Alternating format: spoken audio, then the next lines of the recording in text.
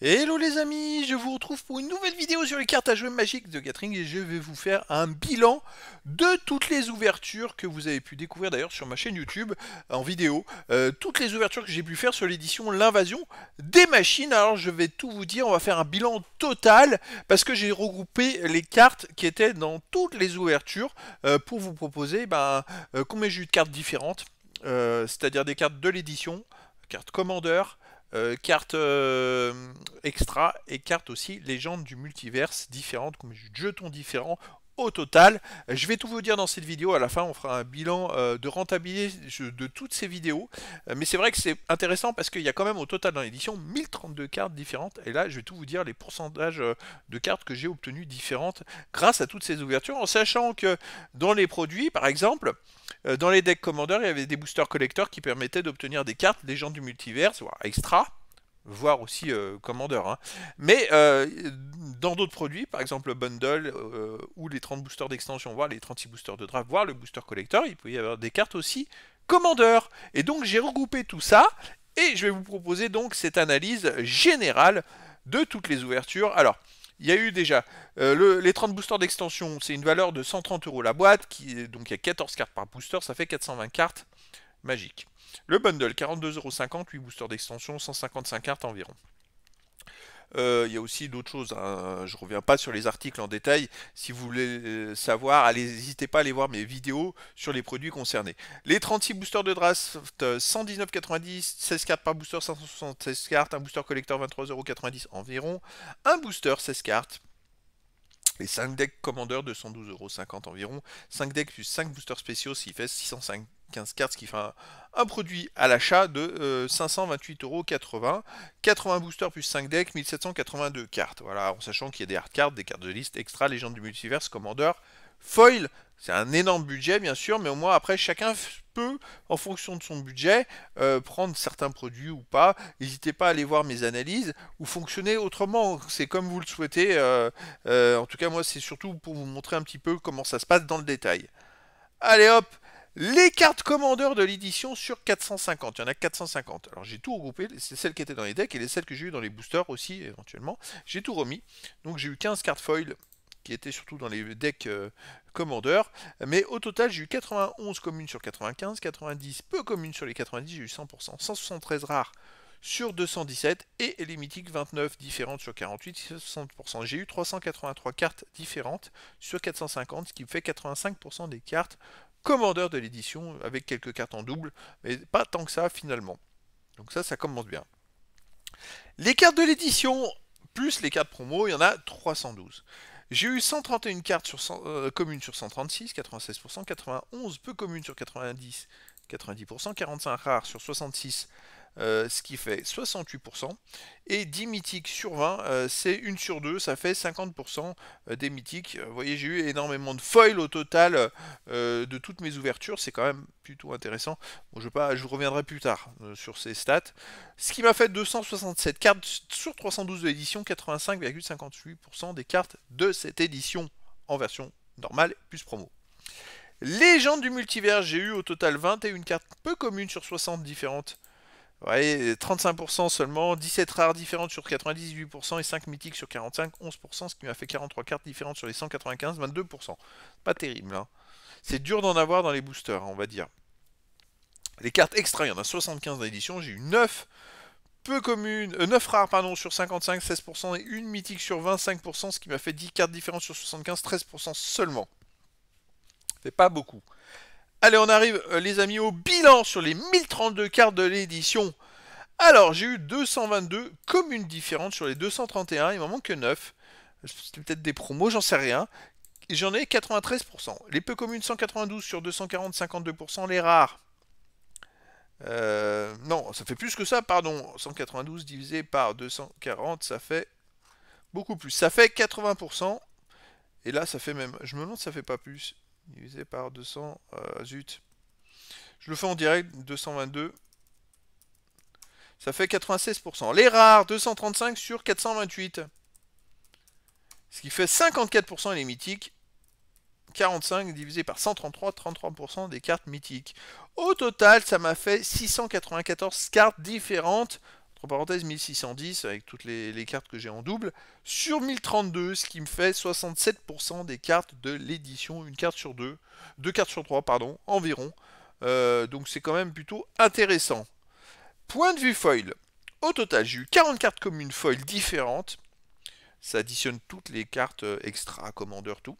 23 peu communes foil différentes, 8 cartes rares différentes et les 15 mythiques qui sont des mythiques commandeurs foil différentes. Je n'ai pas eu de mythique classique de l'édition, que ce soit en extra, voilà, en version foil.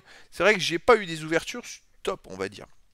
Les jetons, 41 jetons, ça m'a fait 19 différences sur les 23. J'ai pas réussi à avoir les 23, malgré toutes les ouvertures. Un jeton recto verso foil, qui était d'ailleurs dans le booster collector. J'ai eu des substituts de cartes, j'en ai eu 11, une seule différente. 15 cartes publicitaires, bon ça n'a aucune valeur. Les hard cards, j'en ai eu 38. C'est que dans les boosters d'extension qu'on peut les trouver. J'en ai eu donc 8 dans les boosters du bundle et 30 dans la boîte de 30 boosters d'extension. Ça m'a fait 38 cartes hard cards, 3 signés. Je dois avoir 3 doubles, il me semble, sur les 38. Il y a au total 81 cartes hard cards. Par édition, il y en a 81 à chaque fois.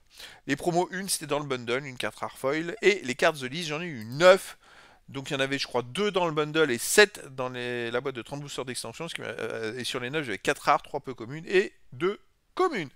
Allez, on revient sur les valeurs, les amis. Je reprends les valeurs boîte par boîte. On va pas rentrer, on verra plus loin le détail. Mais voilà, ça c'était les 30 boosters d'extension.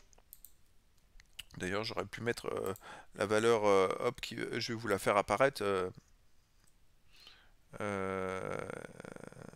Pourquoi elle apparaît pas? C'est qu'elle est légèrement trop grande. Hop, 144,96 € de valeur pour la boîte de 30 boosters d'extension. C'était à l'ouverture, avec quand même Elesh Norn en légende du multiverse qui était à 12,68 € et Vren et le Brise Royaume de l'édition à 20,57 €. C'était une plutôt bonne ouverture, on va dire, où je suis bien tombé, voilà. Allez, on continue. Le bundle. Bah, le bundle, les amis, 48,34 €, un prix d'achat 42,50 €. Je vais revenir après plus loin. J'ai eu City on Fire en carte de l'édition, bon, à 7,29 €. Rimchant qui est en carte promo à 8 €. Voilà, bon, c'était une ouverture moyenne, mais j'ai eu quand même 2 cartes intéressantes. Le booster collector, bon là, le booster collector, c'était pas terrible.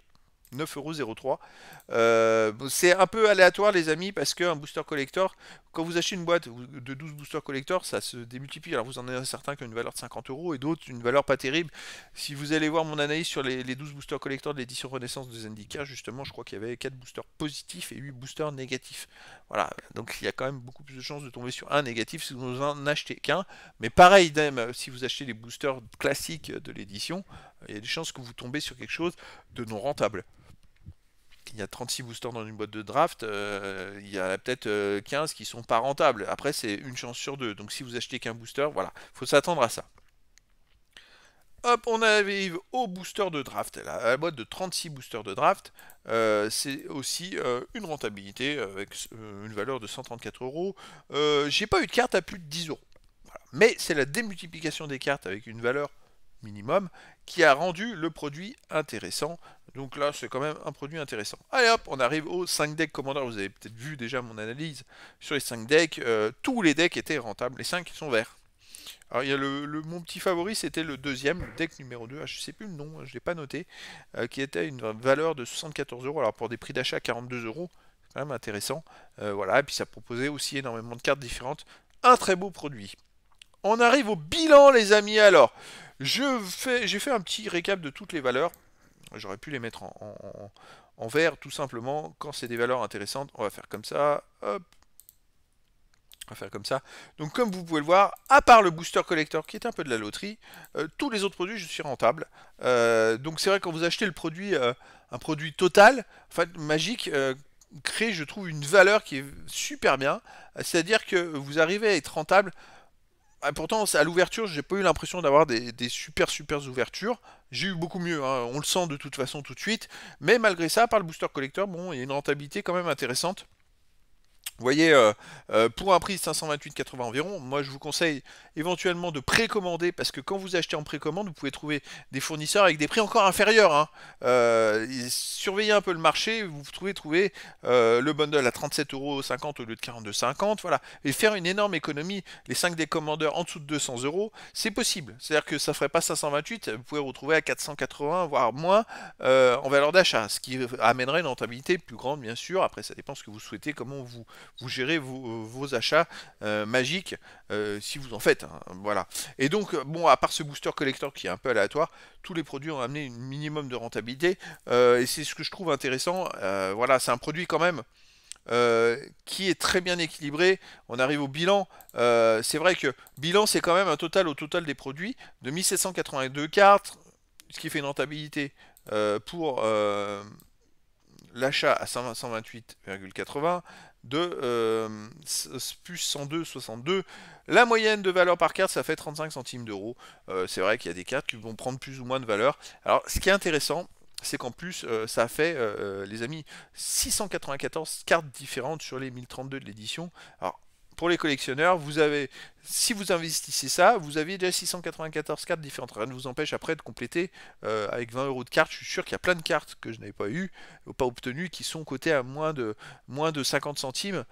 Et donc après, on peut compléter à l'unité avec un petit budget. Donc après, bon, chacun gère comme il le veut. Mais voilà, ce produit est intéressant et je me dis, là, sur le court terme, ça m'a amené une rentabilité. Le moyen terme, alors le court plus terme, on va dire, il y a des chances que les valeurs baissent de certaines cartes parce que ça va être la loi de l'offre et de la demande. Il y a des cartes qui vont être intéressantes à jouer et tout ça.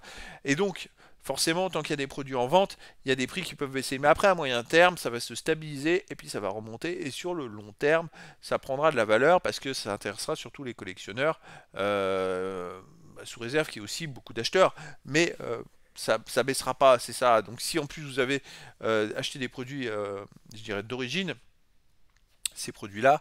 En plus, si vous faites attention à bien stocker vos produits, bien ranger vos cartes et bien les protéger, vos cartes ne perdront pas de valeur dans le temps parce que ce qui est aussi intéressant, c'est d'avoir des cartes neuves qui sont en version Mint. Comme ça, dans le temps, ça vous amène une plus grande rentabilité. En tout cas, voilà, les amis, c'était l'analyse bilan de toutes les ouvertures que vous avez, d'ailleurs, dont vous avez pu découvrir les vidéos sur ma chaîne YouTube, parce qu'à chaque fois j'ai fait l'ouverture et aussi la vidéo. Je vous ai proposé une vidéo d'analyse et de stats individuelles pour chaque ouverture. Je vais vous remettre les liens dans cette vidéo si vous souhaitez les voir, si vous en avez certaines, s'il y en a que vous n'avez pas vu.